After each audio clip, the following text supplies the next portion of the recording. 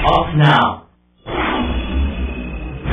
Never mag-decide man si Dingdong na magiging seryoso at maging sila na habang buhay, nandyan ho yung blessings niyo. Oh, sure, oo.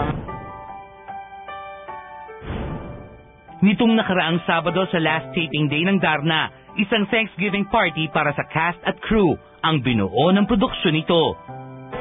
Malungkot kasi ang daming nabuong friendship dito. Yung mga, syempre nakakapanibagong tagal namin nagsama-sama. Pero masaya ako na natapos namin itong Darna na lahat kami ay maayos, walang nasaktan, lahat masaya, lahat magkakaibigan. Kasama ni Marian ng gabing yon si Dingdong Dantes. Some way of showing support na, gusto ko rin sabihin na congratulations for a job well done. Maraming kumwestiyon sa dalawa nang di nila tahasang aminin sa dapat sana'y tell-all interview nila for Yes Magazine ang tungkol sa kanilang relasyon.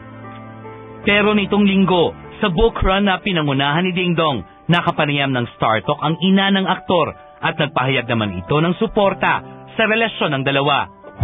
Well, kasi ba ang palagi kong sinasabi, if I see my son happy, okay na, we're happy for him. May intriga pang ang pagluluto ni Marian ang nagpalapit sa kanya sa puso ng mga kaanak ni Dong. Si Dingdong ang nilulutuan, di kami. Pero natitikman din namin.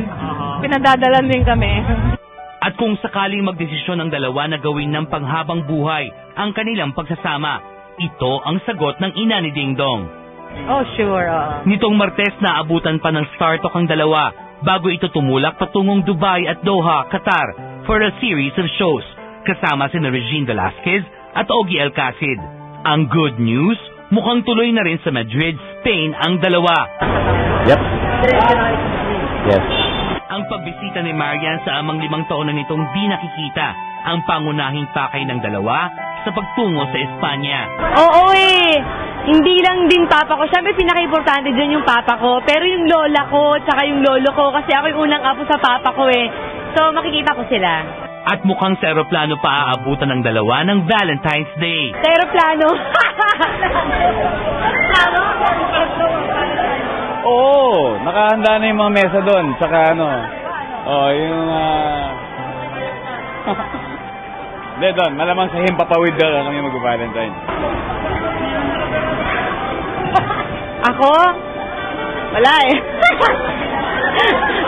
Wala akong gift Baka doon na lang ako bumili para sa kanya. Hindi naman materialistic to So kahit card lang siguro pwede na sa kanya.